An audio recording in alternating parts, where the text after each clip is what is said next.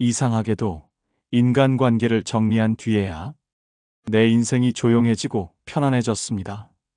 모든 관계를 유지하려 애쓰던 시절엔 늘 상처받고 외로웠죠. 관계를 끊는다는 것. 많은 사람들이 이 말을 들으면 불편해합니다. 차갑다고 느낍니다. 이기적이라고 판단합니다. 하지만 나는 묻고 싶습니다. 정말 그런가요? 인맥이 곧 경쟁력이라고 들었습니다. 많은 사람과 잘 지내는 것이 성숙함의 증거라고 믿었습니다. 그래서 관계를 끊는다는 것은 마치 실패를 인정하는 것처럼 느껴집니다. 하지만 잠시 멈춰서 생각해 봅시다. 나를 소진시키는 관계를 유지하는 것, 그것이 선한 것입니까? 내 평안을 포기하면서까지 누군가 곁에 머무르는 것, 그것이 사랑입니까? 매일 지치고 상처받으면서도 그래도 관계는 중요하니까라고 되뇌는 것, 그것이 지혜입니까? 아닙니다. 그것은 사랑이 아닙니다. 그것은 두려움입니다. 혼자가 되는 것에 대한, 판단받는 것에 대한, 외로워질지도 모른다는 막연한 두려움입니다. 오늘 이 시간은 관계를 끊는 법에 대한 이야기가 아닙니다. 이것은 자기 자신을 되찾는 법에 대한 이야기입니다.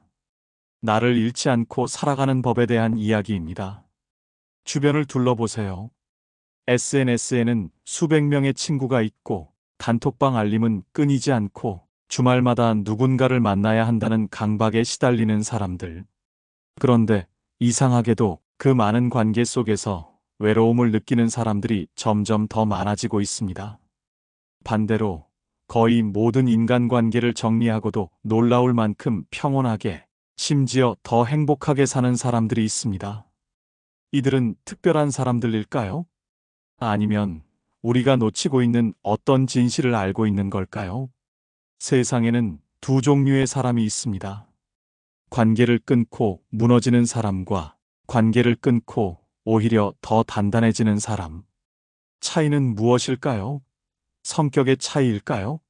아닙니다. 그것은 의식의 차이입니다. 관점의 차이입니다. 인간관계를 정리하고도 무너지지 않는 사람들. 오히려 더 명료해진 사람들. 그들이 아는 것을 당신도 알아야 합니다. 오늘은 그들의 이야기를 통해 관계에 대한 우리의 오래된 믿음을 한번 흔들어 보려 합니다. 지금부터 네 가지를 말하겠습니다. 감정이 아니라 의식으로, 흔들림이 아니라 확신으로 듣기를 바랍니다. 첫 번째, 타인의 감정보다 자신의 평안을 선택한다. 잘 사는 사람들은 타인의 감정보다 자신의 평안을 선택합니다. 이 말이 냉정하게 들린다면 그것은 당신이 오랫동안 거꾸로 살아왔기 때문입니다. 우리는 배웠습니다. 착한 사람은 다른 사람의 기분을 맞춰줘야 한다고, 좋은 친구는 언제나 곁에 있어줘야 한다고, 원만한 사람은 갈등을 피해야 한다고. 이것이 얼마나 교묘한 가르침인지 아십니까? 이 말들은 표면적으로는 덕목처럼 들립니다.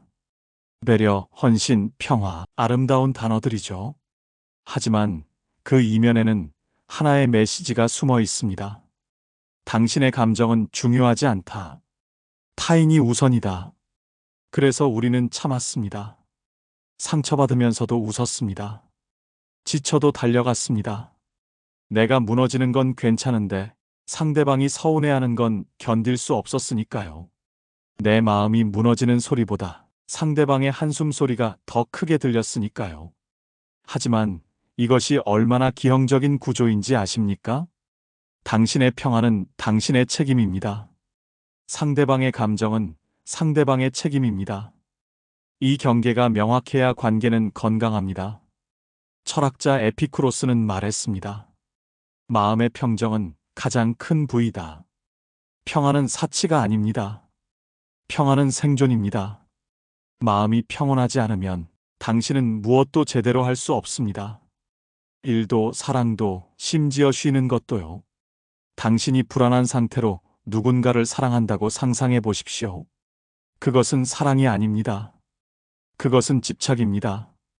당신이 지친 상태로 누군가를 돕는다고 생각해 보십시오. 그것은 도움이 아닙니다. 그것은 희생의 강요입니다. 나중에 당신은 그 사람을 원망하게 됩니다. 내가 그렇게 해줬는데 라고. 진정한 관계는 평안한 상태에서만 가능합니다. 충만한 곳에서 흘러나올 때만 그것은 진짜 나눔이 됩니다. 관계를 정리한 사람들은 이것을 압니다.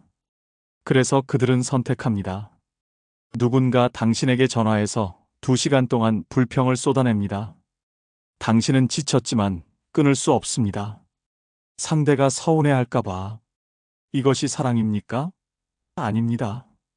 이것은 에너지의 착취입니다. 누군가 당신에게 계속 도움을 요청합니다. 당신은 이미 한계인데도 거절하지 못합니다. 나쁜 사람으로 보일까봐. 이것이 우정입니까? 아닙니다. 이것은 의존입니다. 잘 사는 사람들은 이런 관계를 끊습니다.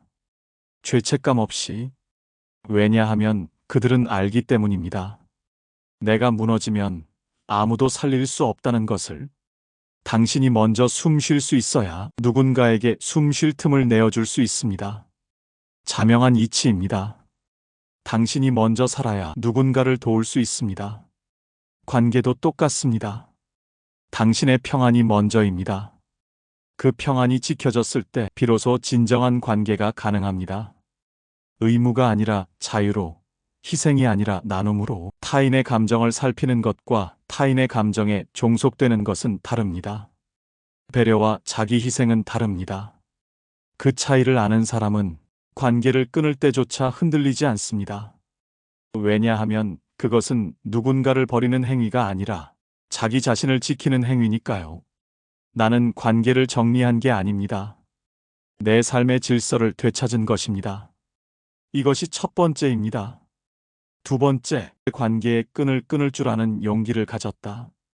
잘 사는 사람들은 관계의 끈을 끊을 줄 아는 용기를 가졌습니다. 용기. 이 단어를 잘 생각해 보십시오. 우리는 흔히 용기를 무언가를 시작하는 힘이라고 생각합니다. 새로운 일에 도전하고 어려운 목표를 향해 나아가는 것. 물론 그것도 용기입니다. 하지만 진짜 용기는 끝낼 줄 아는 힘입니다. 끝낸다는 것은 무너뜨리는 것입니다. 익숙함을 파괴하는 것입니다. 안전지대에서 스스로 걸어 나오는 것입니다.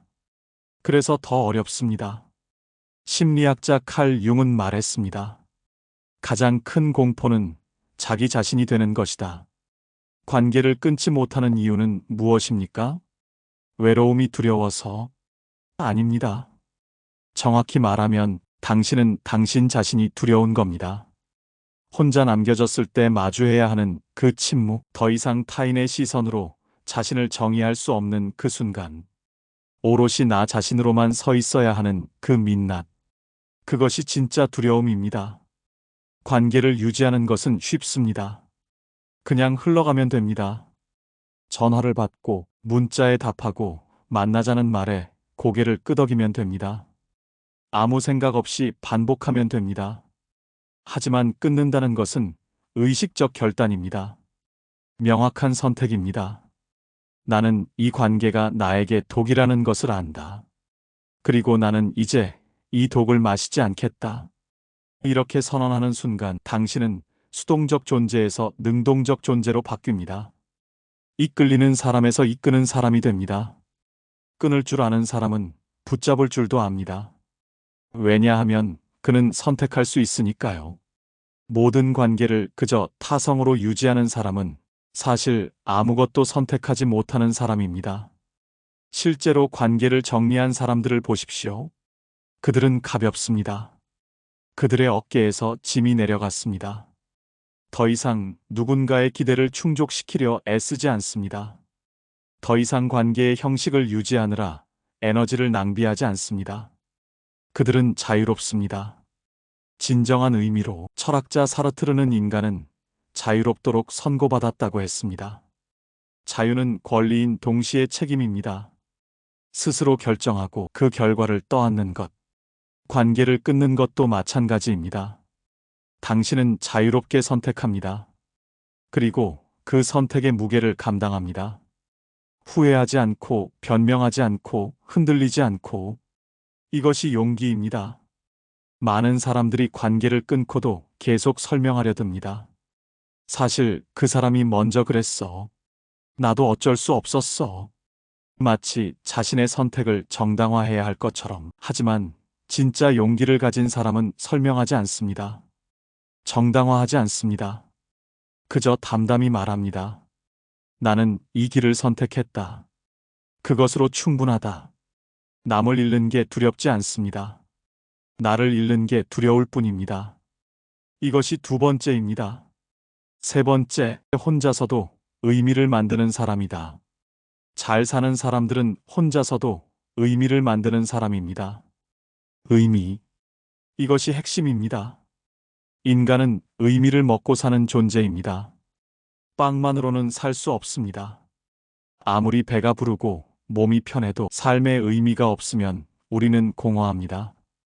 그렇다면 질문합니다. 당신 삶의 의미는 어디서 옵니까? 타인과의 관계에서 옵니까? 누군가 당신을 필요로 할 때 당신이 의미를 느낍니까? 그렇다면 당신은 위험합니다. 왜냐하면 그 사람이 사라지면 당신의 의미도 사라지니까요. 심리학자 빅터 프랭클은 아우슈비츠 수용소에서 살아남았습니다. 그리고 그는 이렇게 말했습니다. 살아야 할 이유를 아는 사람은 어떤 상황도 견딜 수 있다. 관계를 정리하고도 무너지지 않는 사람들은 자기 안에 의미의 원천을 가지고 있습니다. 그들은 일에서 의미를 찾습니다. 자신이 하는 일이 세상에 어떤 영향을 미치는지 압니다. 작더라도 보잘것없어 보여도 그것이 의미 있다는 것을 압니다. 그들은 창조에서 의미를 찾습니다. 글을 쓰고 그림을 그리고 무언가를 만듭니다. 그 과정 자체가 의미입니다. 누가 보든 말든 인정받든 말든 그들은 성장해서 의미를 찾습니다. 어제보다 나은 오늘을 살려고 노력합니다. 새로운 것을 배우고 낡은 것을 벗어던집니다. 그 변화가 의미입니다. 이들에게 혼자라는 것은 결핍 상태가 아닙니다. 오히려 가장 생산적인 상태입니다. 니체는 이렇게 썼습니다. 혼자 있을 수 없는 자는 자신을 사랑하지 않는 자이다. 혼자 있을 때 당신은 무엇을 합니까? 시간을 죽입니까? 아니면 시간을 살립니까? 의미를 만드는 사람은 혼자 있는 시간을 낭비하지 않습니다. 그 시간에 책을 읽고 생각을 정리하고 무언가를 창조합니다. SNS를 스크롤하며 남의 삶을 구경하지 않습니다. 자신의 삶을 직접 만듭니다. 그래서 이들은 관계가 없어도 공허하지 않습니다.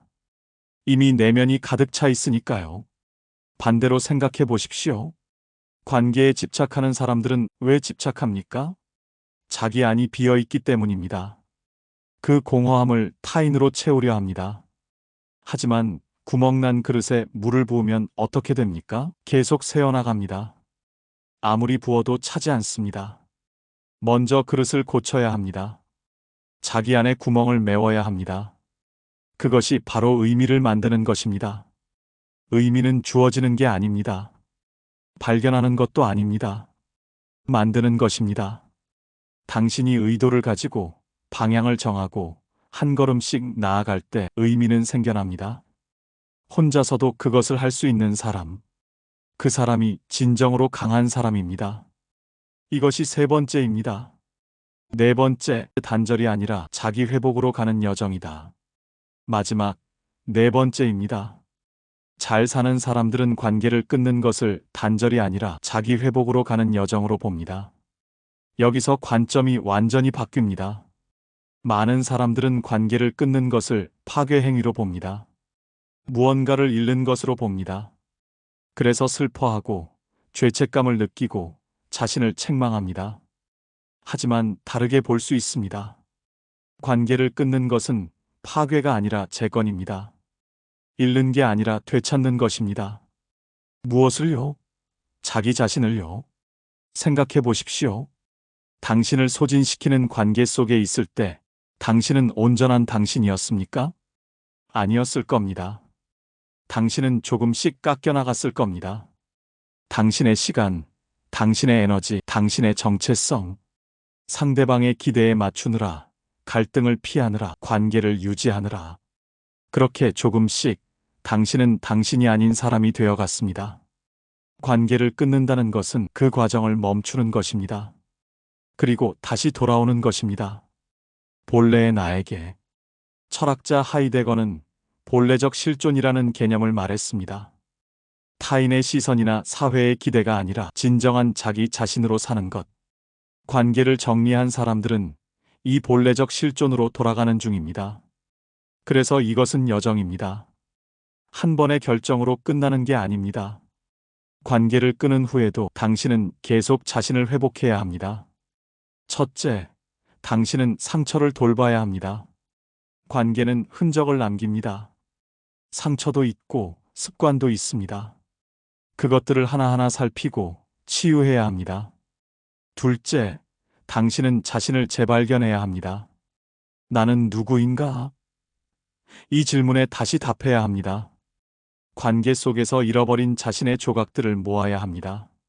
셋째, 당신은 새로운 리듬을 만들어야 합니다. 혼자만의 일상, 혼자만의 루틴. 그것이 안정되어야 당신은 진정으로 회복됩니다. 이 과정은 쉽지 않습니다. 때로 흔들립니다. 외롭기도 하고 후회스럽기도 합니다. 내가 잘한 걸까? 의심도 듭니다. 하지만 계속 나아가야 합니다. 왜냐하면 당신은 알기 때문입니다. 돌아갈 수 없다는 것을, 돌아가서는 안 된다는 것을. 작가 제임스 볼드윈은 이렇게 말했습니다. 자유란 결코 자발적으로 주어지지 않는다. 억압받는 자가 요구해야 한다. 당신의 자유도 마찬가지입니다. 누가 주지 않습니다. 당신이 직접 쟁취해야 합니다. 그리고 그 자유의 첫 단계가 바로 관계를 끊는 것입니다. 나를 억압하는 관계로부터 자유로워지는 것. 이것은 이기적인 행위가 아닙니다. 이것은 자기 존중의 표현입니다. 나는 나를 존중한다. 그래서 나를 해치는 것을 멀리한다. 그것이 사람이든 상황이든 생각이든 단절이 아닙니다. 이것은 자기 회복입니다. 잃어버렸던 나를 되찾는 것입니다. 나를 잃지 않고 사는 법. 여기까지입니다. 4가지를 말했습니다. 타인의 감정보다 자신의 평안을 선택하는 것. 관계의 끈을 끊을 줄 아는 용기를 가지는 것. 혼자서도 의미를 만드는 것. 단절이 아니라 자기 회복으로 보는 것. 이 모든 것의 중심에는 하나의 진실이 있습니다. 나를 잃지 않고 사는 것이 가장 중요하다는 것. 당신은 이 세상에서 단 한 번의 삶을 삽니다. 그 삶의 주인공은 당신입니다. 당신 부모도, 당신 친구도, 당신 연인도 아닙니다. 오직 당신입니다. 그런데 놀랍게도 많은 사람들이 자기 삶의 주인공이 되지 못합니다. 조연으로 삽니다. 누군가의 기대, 누군가의 필요, 누군가의 시나리오 안에서. 그러다 생을 마감할 때 후회합니다. 나는 내 삶을 살지 못했다고. 그렇게 살지 마십시오. 관계가 당신을 소진시킨다면 끊으십시오. 죄책감 없이, 두려움 없이. 당신이 나쁜 사람이 되는 게 아닙니다. 당신이 현명한 사람이 되는 것입니다. 관계는 삶을 풍요롭게 하는 도구입니다. 하지만 그것이 당신을 파괴한다면 더 이상 도구가 아닙니다. 독입니다. 독을 마시면서 이것도 관계니까라고 말하지 마십시오. 그것은 사랑이 아니라 자기 파괴입니다. 혼자 사는 것을 두려워하지 마십시오. 혼자라는 것은 약함이 아닙니다. 혼자서도 설 수 있다는 것, 그것이 진짜 강함입니다. 그리고 기억하십시오. 진정으로 혼자 설 수 있는 사람만이 누군가와 제대로 함께 설 수 있습니다. 나는 관계를 정리한 게 아닙니다. 내 삶의 질서를 되찾은 것입니다. 남을 잃는 게 두렵지 않습니다. 나를 잃는 게 두려울 뿐입니다. 당신도 이제 그 진실을 아십시오. 그리고 흔들림 없이 당신의 길을 가십시오. 인간관계를 끊는다는 건 누군가를 미워해서가 아니라 더 이상 자신을 잃고 싶지 않아서입니다. 모든 관계를 다 안고 살 수는 없습니다. 어떤 관계는 놓아줘야 비로소 숨을 쉴 수 있고, 침묵해야 비로소 마음이 회복됩니다.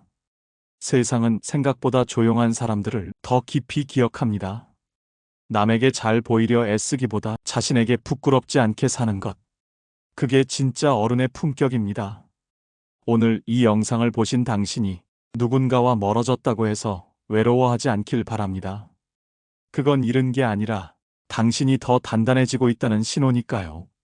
여기까지입니다. 오늘 영상이 마음에 닿으셨다면 좋아요와 구독으로 함께 걸어가 주세요. 당신의 하루가 불필요한 소음보다 당신 자신에게 집중되는 고요함으로 가득하길 바랍니다. 끝까지 함께 해주셔서 고맙습니다. 여기는 당신의 마음을 쉬게 하는 곳, 별책룸이었습니다.